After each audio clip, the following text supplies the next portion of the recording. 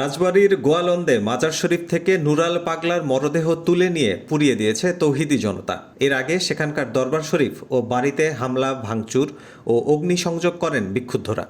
এতে দরবারের ভক্ত, স্থানীয় প্রশাসন ও পুলিশ সহ 50 জনের বেশি আহত হয়েছেন।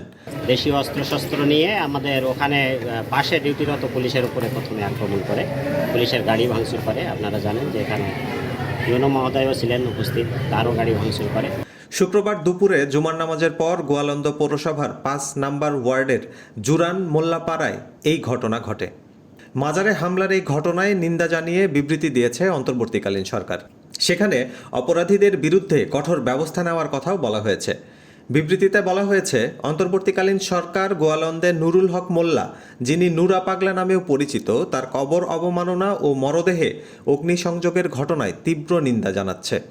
এই অমানবিক ও ঘৃণ্য কাজটি আমাদের মূল্যবোধ, আমাদের আইন এবং একটি ন্যায়ভিত্তিক ও সভ্য সমাজের মৌলিক ভিত্তির ওপর সরাসরি আঘাত। গত শুক্রবার জুমার নামাজের পর ঈমান আকিদা রক্ষা কমিটির ব্যানারে পূর্ব ঘোষণা অনুযায়ী মুক্তিযোদ্ধা শহীদ ফকির মহিউদ্দিন আনসার ক্লাবে বিক্ষোভ কর্মসূচির ডাক দেওয়া হয়।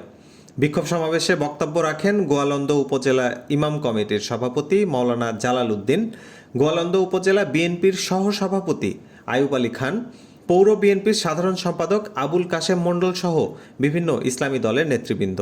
এরপর তাদের নেতৃত্বে রাজবাড়ীর গোয়ালন্দের মাজার শরীফ থেকে নুরাল পাগলার মরদেহ তুলে নিয়ে তাতে অগ্নিসংযোগ করে তৌহিদি জনতা। হাসান অয়ন, উইকলি ইনকিলাব।